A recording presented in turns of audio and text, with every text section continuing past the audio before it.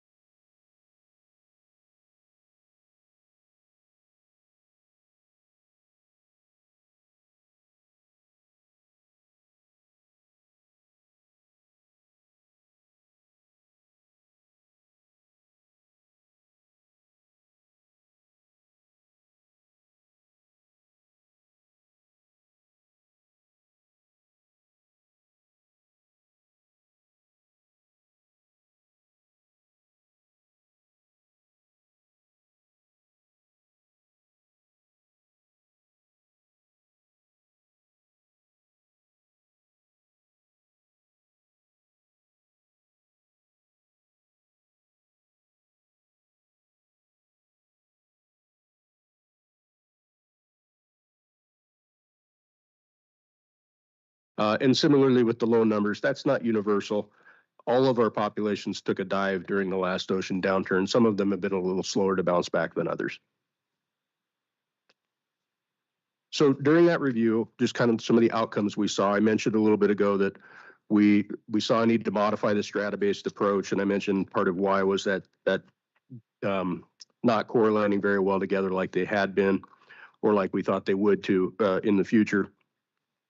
The other part of that strata approach was sort of a simplicity aspect where we would have a strata that was managed at pretty similar approaches in a given year, which is simpler for the anglers in the community to track. So what we've done last year and this year was to break back to the population level by and large. In some cases, as you'll see, that still means some really similar regulations across nearby rivers, some not. We'll go through those in a bit. We thought that the aggregate approach was going to be simpler, and for some people it was, but for some people it actually seemed to generate more confusion in some cases. So a little of both. Where we have population concerns under the CMP, we really can go to a closure to wild fish retention, or we can reduce bag limits.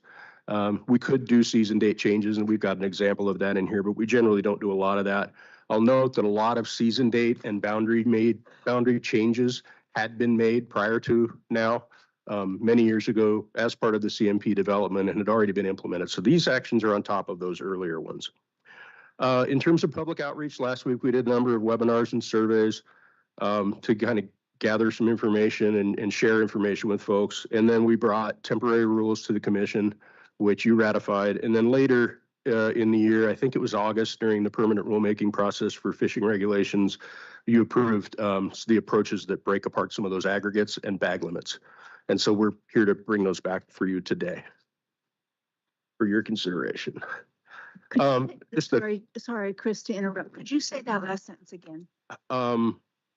So it was last year during the fishing regulations process, I think it was, and I was in there, but I wasn't in the mix of I think that's where you approved this breaking apart of the aggregates as a permanent approach, as opposed to the temporary approach that we brought in earlier in the year. Thank you. Yeah. Quick side over to Coho before I come back to Chinook again. I think Mike mentioned it earlier. We are seeing good things out of our wild coho populations on the coast. Despite some recent downturns in ocean conditions, things are coming back now. They've done fairly well, and they're doing well again this year. So we've got some opportunity there based on that. I want to note for you all, and I think it was in your packet as well, we do still need NOAA Fisheries to review and approve this. Normally in the past, we've come to you later in the year. This was an opportunity to do it now, but I just want to note that your actions today, should you choose to adopt seasons, will still be dependent on their approval. If they don't approve, we'll have to make a modification. I am really confident that won't happen because everything we're proposing to you today is consistent with the guidance we've gotten from NOAA in the past. So I'm confident that what we brought you today would be accepted by NOAA, but we do still have to go through that.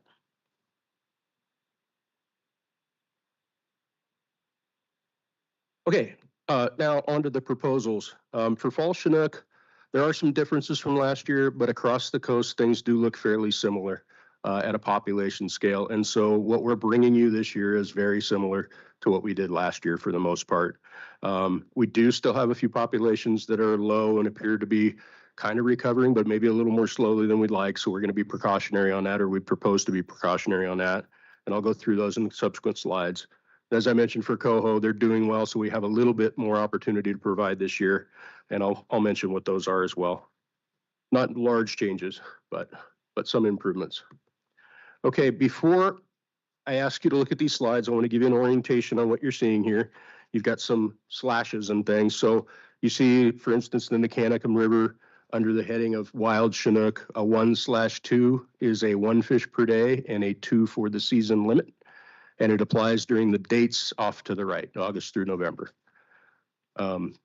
So that format will stay the same on all the subsequent slides. Same with coho, where you see a 1/2, that's 1 for the day, 2 for the season. And on this slide, the date ranges happen to be specified at the top for coho and on the side there for Chinook. I'll go through them in a little bit more detail in just a second. The overall CMP approach on a given year is that we use a decision metric as the primary tool to guide what our actions are going to be. And that metric's based on abundance. It's last year's spawning escapement and this year's forecast averaged together. Okay, so if that's above a threshold, we do one thing. If it's below a threshold, we do another. And that you'll see that in, I believe it's table 1.1, you'll see a column that says decision metric. That is the average of last year's return and this year's forecast. And then you should see another criteria in there too. So going river by river in the Nehalem and the Stucca, we have seen some downturns there. We'd like to propose being a little more conservative than we might normally be in both those rivers. I think they're recovering, but they're doing it a little more slowly. So for both those, you've got a proposal for a 1 per day and 5 for the season. Nehalem says July through November. That is the normal season date for the fall season for Nehalem. The others, their normals are August through November. For all 4 of these systems, we're proposing closing it during the month of December. Normally it would be open as just an additional precautionary measure, closing it to Chinook. Tillamook is under a bag limit reduction down to, we would propose 1 for the day and 2 for the season. Again, it's not bounced back very well. It's been at pretty low abundance for a few years now. And 1 and 2 is what we did last year for the same reasons. But not below the level where we think a closure is necessary. Coho, I'll note that these systems, Nehalem, Tillamook, Nestucca, their proximity to the metro area tends to lead to fairly high effort. So we've traditionally used a days per week approach there to kind of spread that out. So you'll note that those are open Wednesdays and Saturdays each of these weeks during the time frame of the September 7th through October 23rd. So 2 days a week during that stretch. And it's for all 3 of those systems. Nicanicum is a small system. We have not historically conducted wild coho fisheries in there. So I'll move to the next block down, the mid-coast. Little different format. These all have the same season date, so you'll see that under wild Chinook, August through December. That's the normal season dates for these fisheries. Most of the bag limits for these, for at least the top, the first 4 on the list, are in a pretty average range, maybe a little bit close to below average or just below average, but pretty normal. They're doing okay. They seem to be recovering from that downturn. And so we'd consider a 2 and 10 to be kind of an average condition now. Now I'll note part of that is because during our review last year. Oh, Whoops. better? Try Okay. again. One of the other things we noted in the review last year is just increasing uncertainty in our forecasting ability and other measures. A lot of that due to environmental changes, climate change, drought, freshwater conditions. It's just a lot harder to be certain in our forecast. So these rivers would have been a 2 and 20 5, 6 years ago, or even 3 years ago, under an average condition. Now, as part of breaking the aggregate apart, these would have been under a 2 and 20 for all these rivers combined, which is still the case because it's a statewide limit of 20. Nobody can take more than 20 wild fish in the state at max anyway. But under the split population specifics, somebody could get 10 from one river and 10 from another and get that 20. It just says they can't take all 20 from the same river now in this year. Hope that makes sense. So we'd propose 2 for the day, 10 for the season in those 4 rivers. The Yahats is a fairly small system, so it's been fairly conservative most years there. Siuslaw is a river where, like the Tillamook, it's been down for a while. It seems to be staying there. It did better last year. I'm hoping we're going to see some rebounding soon, and it's showing some signs. It's just a little slower than some of the others, so we would propose staying conservative there. Wild coho, all of these rivers that are open are proposed for 1 for the day and 3 for the season. I believe it was 2 for the season last year. Siletz is the only one that's got a different, well, I take that back. There are 2 that have different seasons. Siletz would be from September 14th through November 15th. Yaquina, Alsea, and Siuslaw would all be the 14th through October 15th. Beaver Creek is the month of November, and that's been the traditional time frame for that fishery. Pretty much every year we've done it. And all would have the same 1 per day, 3 for the season limit. I should note, we do have a 5 wild coho aggregate limit across the entire coast. So an angler can only take 5 wild coho on the coast during the season, regardless of where they take those from. So they could get 3 in one river and 2 in another, but no more than 5 in total. Okay. Make sure I'm not out of order here. Okay. Moving to the mid-south coast area, which is Umpqua down to Elk River, still within the coastal multi-species plan area. Umpqua is an area that we've had some concerns on and is starting to come back, but still low. So 1 in 5 is proposed there, July through November. That is the normal fall fishery. All these dates where there is a date, those are the fairly normal fall fishery seasons. Coos doing relatively well, fairly average, 2 in 10. Coquille, as you know, we've got that closed under permanent rule now. I think that was done last year as well, maybe the year before. And we've talked a lot about why that is, what's driving that population. So we would propose that remain closed for Chinook. Flora's small system, kind of low abundance right now, so 1 fish for the season and that's it. 6s, 1 per day, 10 for the season. I'll note there, I found an error in table 1.2, a typo that said 1, might have said 1 in 1 for 6s. That's a mistake. The OAR says 1 in 10. The other material we have says 1 in 10, so no other action needed. I just wanted to call attention there was a typo there. Elk River remains just under the conservation criteria threshold, so we propose keeping that closed again to wild Chinook, which has been the case for several years now. Also not proposing any terminal area bubble fishery for this year. And going back to coho, again, 1 in 3, 1 for the day, 3 for the season in most locations, some differences in dates. We are proposing to have a coho fishery in the Coquille. We did that last year. And we did have a creel survey to monitor that fishery, both so we could estimate coho catch, but more importantly, so we could keep an eye on handle of Chinook in that fishery. We observed it to be pretty low, which was good and kind of expected, but we'd like to do it again at least 1 more year to kind of make sure that's still the case.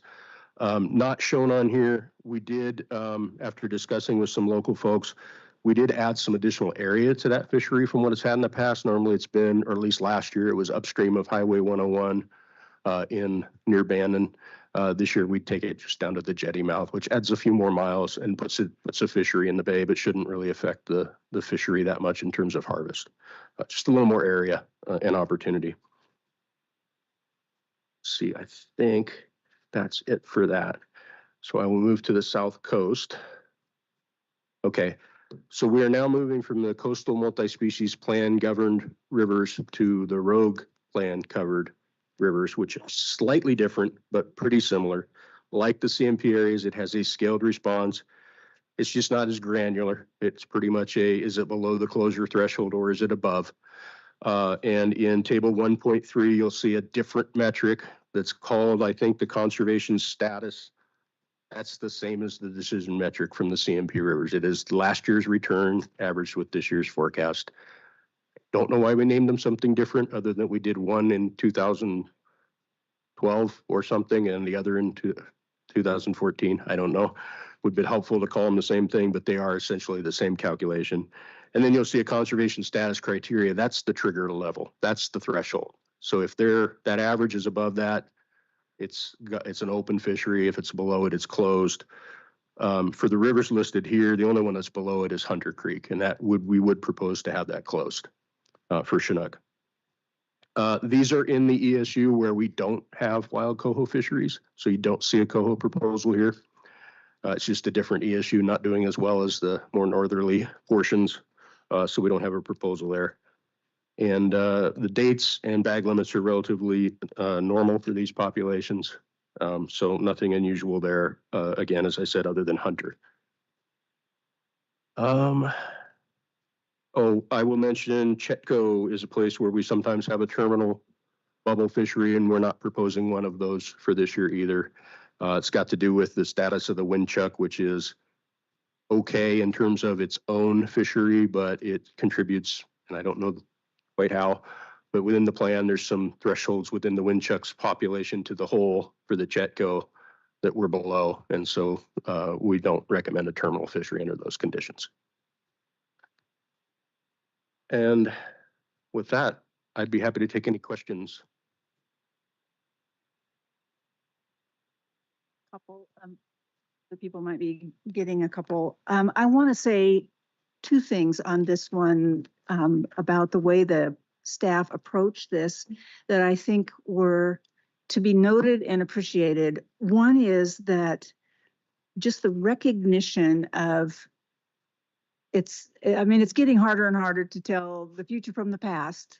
You just can't predict the future from the past anymore like we could, but you did something about it and recognized that because of that, we needed to do something different. And I think there were they're tough choices, and it's got to be hard on staff to make those choices. But I think that's the kind of thing that when we're incorporating climate change impacts into these decisions as we go along, I feel it seems to me that staff actually stepped up and did that. They said we can't, there's so much uncertainty and we can't predict anymore like we could. And the other one, and then it looks like you're ready, but the other one I wanted to mention is that we looked at whether we could rely anymore on the assumption that it's okay to rely on average numbers across a stratum, or if we had to actually look river by river by river. And it was a bit frustrating in the past when we would have rivers that you knew were very, very low, but the whole stratum was okay, so don't worry about it. And I think that staff again said, in the face of climate change, in the face of uncertainty that just must be driving you nuts, we have to be a little more conservative here. And it seems to me that these numbers reflect that. So go ahead, you look like you're about to say something. I'm happy to respond a little bit, Chair Wall, but I don't need to do too much. I appreciate that. I think the breaking of the strata there, I will say, thankfully, it didn't happen a lot. We saw it happen once or twice where it was fairly important, and we said we need to stop that soon. So that didn't go on for a long time. We had a pinch point where it was really came to a head, and we said, it may work most years, but there's a couple of years where it doesn't, and those can have consequences. So yeah, I appreciate that. And it's in permanent rule now to look at those individually. Correct. That's great. I have one other, a question on the rogue part in the table 1.3. The numbers are, I understand what you're saying, that they're above the trigger for the Winchuck and the pistol. I get that they're above the trigger, though barely in the case of the pistol. And it's by 6 fish, which is hard to, that could be lost in the estimate. And so it would be worth at least considering closing that one, in my view. We just have some serious issues with the fall Chinook in this part of the state. So could you look at that one, the pistol? The forecast, or are you looking at the average is, so you're looking at the average? Yeah, correct. Well, if you looked at the third numerical column compared to the fourth numerical column, the pistol, the metric is with a 2,000 fish return last year and a projected 546, it averages to 1,100, which is greater than the 540. And even though the forecast is 546. Correct, but I don't know what 2023's forecast was. Got it. If we had that, we might be able to determine was it way under, and you've got the 2,000. This goes both directions too, right? So if we have a really low return in 2023 and a really good forecast, that still gets dragged down. And so it is getting used in both directions. Good point. I understand precautionary principle and things like that but it really is part of the measure of uncertainty for the forecast is to be able to look at what happened last year, not in a just totally naive way and say, we're just going to assume that it was last year's is all we got, right, and ignore the forecast. But using both those pieces of information tends to get us to a better place in the long run than just using one. Maybe not always, because life happens, but yeah, that's why it's that way. Well, my main point is that I appreciate that these climate change problems are getting incorporated into the decisions as we go in these, and I think that's worth a lot. So, the last, but will you just very quickly address that letter we got about the South Coast? Yeah, Chair, while I can, I know it came in late, and so I don't believe it's in the public comment or anything. Oh, okay. Maybe And so I we don't know if hold off anybody on that. has seen it, but we are going to talk with staff on Monday Okay, and kind of work through that and see if we need to respond to it. that's fine. Okay. In light of time, that's a good idea, actually. So, Commissioner Spellbrink. Thank you, Chair Wall. Yeah, just a couple observations and a question, I guess. One observation, a question. Now, on the Nehalem, actually, you didn't break out the summer run specifically this year. So that's, I mean, I guess that's in, that was a success story in a way, because that summer run has, I think that has increased, right, last few years. Chair Wall, Commissioner Spellbrink, from what I hear from local staff, that summer run was a bigger component of that summer early returning portion was a bigger component than the fall part last year. I will note that the normal rule in Nehalem under an average condition would be a 1 in 5 for the protected early period and then a 2 in 10 for the fall. So a 1 in 5 starting in the protected period and carrying through the fall is actually more protective than that overall.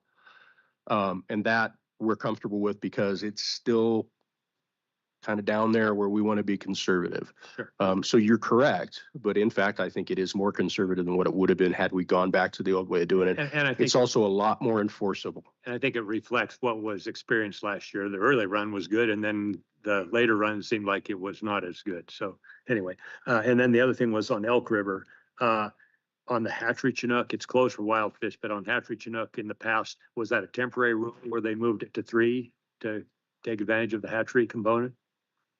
Chair Wall, Commissioner Spellbrink, no, I don't think we've done any changes to increase the bag limit on hatchery Chinook and elk at this point. It'll remain open for hatchery Chinook at the normal zone regulation. It And just a two- closed for and wild. two fish limit. I believe it's 2, yeah, Okay. 2 per because I day, think- but no wilds. I think we did a year ago or so to take advantage of the hatchery component. We raised the limit to 3, I believe. I'm not recalling, but it's possible. I think. you're- Okay, I'll look. I don't remember Yeah. that. Chair Wall, Commissioner Spellbrink, I also would add, I don't recall seeing a really high hatchery forecast this year. It's fairly normal. Okay. But we can look That at it was if you a want us question that to. was asked me by someone else that I'm sure it was raised at one point to 3, but they just wondered, the question to me was, is it going to be 3? Is it going to be 2? So it's 2. Commissioner King. Thank you, Chair Wall, and thank you, Chris. I'm down here under the Arctic blast, suffering from brain freeze, but did I miss the smallmouth bass? Something, are we supposed to be talking about bass? I'm sure, Chair Wall, Commissioner King, no, you didn't, I did. Oh. I'm sorry, I had a note on my page to mention that to you, and I went over it in my haste. So, thank you for catching that. In the last several years, we have been doing an allowance for spearfishing and use of bait for smallmouth bass fishing in the Coquille under temporary rule. We thought that since we're here anyway, we might as well ask you to go ahead and just adopt that as part of this package. So there is a specific rule for the Coquille Basin to allow that for this year, effective after, assuming you ratify it. And same rule as we've been doing under temp rule in terms of boundaries where it's allowed and everything else. But thank you for bringing that back up. I'm sorry I missed that. Oh, thank you. And it also gives me the excuse to ask, so, because you guys are doing all sorts of electrocuting fish and trying to get rid of fish because they're eating the Chinook, that correct? Correct. Okay, and then that's where we have the conservation hatchery. Correct. And do we have any, when are we going to get a report on how all of that is going? Or when will we know something? Chair Wall, Commissioner King, I wish I had a date for you on that. Hopefully we can get you something soon. We are, a couple of things we're actively doing, and the Coquille tribe is, partnered right next to us on all of this and leading on much of it. They've been doing a lot of the shocking work with bass as well. So we've collected a lot of data as well as trying to remove bass. We've got folks looking into energetics modeling to see what they can tell us about the population parameters, and that might help inform what we can and can't do with removals in terms of reducing predation. You're correct, the predation issue is on juvenile Chinook, and we've got the conservation hatchery program there. We had a real hard time catching fish in the first year of the conservation hatchery program. Last year, we did much better. We've got about 40,000 or 50,000 of those on hand for this current brood. But we're going to be a couple years before we even start to see any of those come back so that we can work with them, because we just released the first group of like 3,000 fish last year. And so they're going to be another 2 years before any of them that survive come back. With that low a number, we would expect a pretty low number, even if they did well coming out of the river. So it's going to be a few years before we see adults. We may know more about the bass aspect and the dynamics there a little sooner than that. And if we're ready to bring something, we certainly will. But in terms of the adult return, it's still going to be a few years. Okay, thank you. Thank you. Then we have 3 people who would like to testify, so we'll ask them to come up. Jim Muck and Stan Steele in the room, and we have David Moskowitz online. So Jim, if you'll introduce yourself and go first.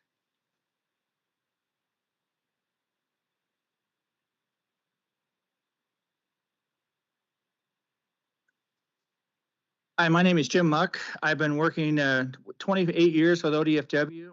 I then switched over to NOAA to do the ESA for 11 years. I actually authored NOAA's stock status for Oregon Coast coho salmon. I consider myself very, very good with coho salmon on the coast of Oregon. Push the button. Phone and computer heavy work. Just 1 second. Red. It is red.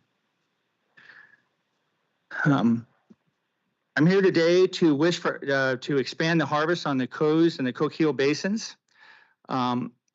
Before I start that, I do want to let you know that I personally think that seasonal bag limits do not really conserve fish. So when you look at the 1 and 2, 1 and 5, 1 and 10, I don't think those work very well. I myself got 2 wild coho last year, never hit the bag limit. I'm retired. A lot of people don't. And it's easy for ODFW to look that up under the electronic data now that it's out. I think the conservation plan is when they develop those bag limits. I think they need to check them. Guides, however, catch a fish every day, get new clients next day. And so when you look at the daily limit that they did on the Nehalem, that's why it makes a difference. Don't only fish Wednesdays, Saturdays, because now you're not catching fish every day with a new client. I just want to say that I would really like a little bit more transparent data before these meetings come on. We didn't get basin escapement numbers, project run size, and harvest estimate. Made hard for me. I heard him talking about it today. I didn't have those. I did go off last year's data, and I knew what last year's data was and if everything was similar there. And so I had some discussion with staff today. And so I'm going to modify my presentation just because I kind of want to concur with ODFW staff. The Coquille River, I'm asking for 9/14 to 10/15. That's an extension of 5 days. I'm doing that because on the Coquille River, they have the creel that they wanted to do, and I didn't know they were going to do that again this year. And that is going to push right at our escapement level. Coos, I'm just going to now stay at the status of 9/14 to 10/10. I was going to ask for an extension, but I was told today they are right at 29%, and that is the goal, is 29%. And so I always want to keep conservation out in front of us, myself personally. And so those are the 2 seasons that I'm staying with. I do say that I was always concerned about the Umpqua, the South Umpqua, but I didn't see the data for that, so I wasn't able to even make a projection to probably be more conservative. And with that, I would say I want to support Stan on his proposal on the ELSI. But before the end, I just want to make a comment. I want to thank the state police officers in the back for catching and prosecuting the vandal who poisoned our fall Chinook at Gardner Hatchery, and they were actually able to prosecute him too. And that was amazing that they found him, it's a random person, and they were able to prosecute him and take that. And we really appreciate the work that our state police officers do. Thank you. Chair Wall, Director Colbert, Commissioners. I'm Stan Steele. I think I've already introduced myself. I'm here representing not only the Oregon Anglers Alliance, but also the LC Sportsmen Association. And when we look at this great process that we've been in for how many, almost going on 3 decades now on coastal coho recovery, these are some real success stories, something we probably should be celebrating. And I think having bag limits and having seasons is that celebration that we all should really get up and cheer for. But I also think that sometimes we're overly restrictive. And for my professional career, I actually checked fish on the LC. pretty much every day during the fall. Working snaggers, working exceeders, whatever it may be, we were there. But we also had a run timing. And the run timing for LC's coho, the seasons that are proposed, and we've talked about with staff before, is we're not really getting an opportunity to harvest. Now you're getting an estuary harvest, but the river harvest is pretty much it just doesn't occur because the fall rains aren't there in mid-September normally. So what we've proposed to them is we're still concerned about how many fish would be overall harvested. So at the 1 and 3, we said, well, let's drop that to 1 and 2. But then what we do is we have a split season. And that season would allow us then to have a river fishery. Now remember, 43 miles of the LC used to be open. Now it's 9. So you're already restricted in a geographic area, major reduction. We don't feel that this will have any impact past the impact that's already proposed, but the fisheries will be spread out, not just your bay fisheries, but it will also give your river fisheries. And truthfully, it is amazing the amount of people that used to be angling on the banks of the LC that you don't see now. And I'm going to go back to budget there. When we cut opportunity, we cut license sales, and we can actually get ourselves into some of the situations we're in. So I'd like to have staff explore that. Not saying it has to be adopted, but under Amendment 13, the first fisheries to be considered on coastal coho recovery fish were inland fisheries, not ocean fisheries. And most of the amendment percentage now is going to allow ocean harvest of the Columbia hatchery coho. So let's just consider where the amendment was, what the intent of it was, and then where those fisheries are now allowed. Thank you. Thank you, Joel.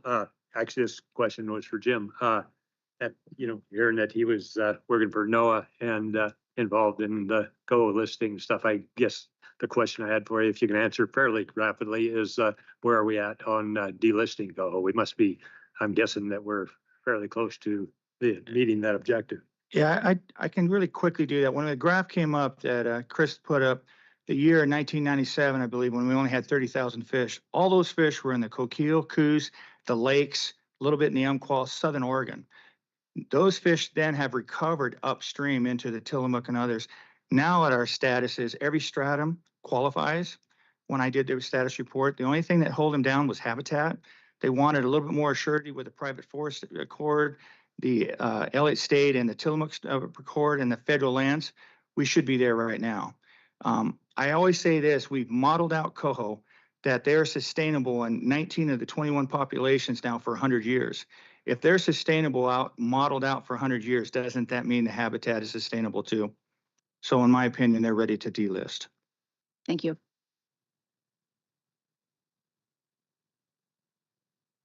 Chris, do you want to, oh, there's one other, yes. Dave Moskowitz. Almost cut you off. Go ahead, Dave. You have 3 minutes. Thank you very much. I appreciate that. And David Moskowitz with the Conservation Angler. And one I want to say, I thought Chris Kern did a good job. So even though you haven't been up in front of the commission lately, you still did a great job. And it was really helpful to hear that discussion about the third column and the averaging that you do to kind of assess where you are with regard to the conservation criteria number. So I appreciated that. Conservation Angler would like to actually say we concur with Jim Muck from the Oregon Anglers Alliance on the impact of guides, and that the sort of 1 in 5 or 2 in 5 or 2 in 10 number, there really needs to be a little more assessment of that to see how that when you have someone fishing every single day with new anglers, that's a concern for ours. And I would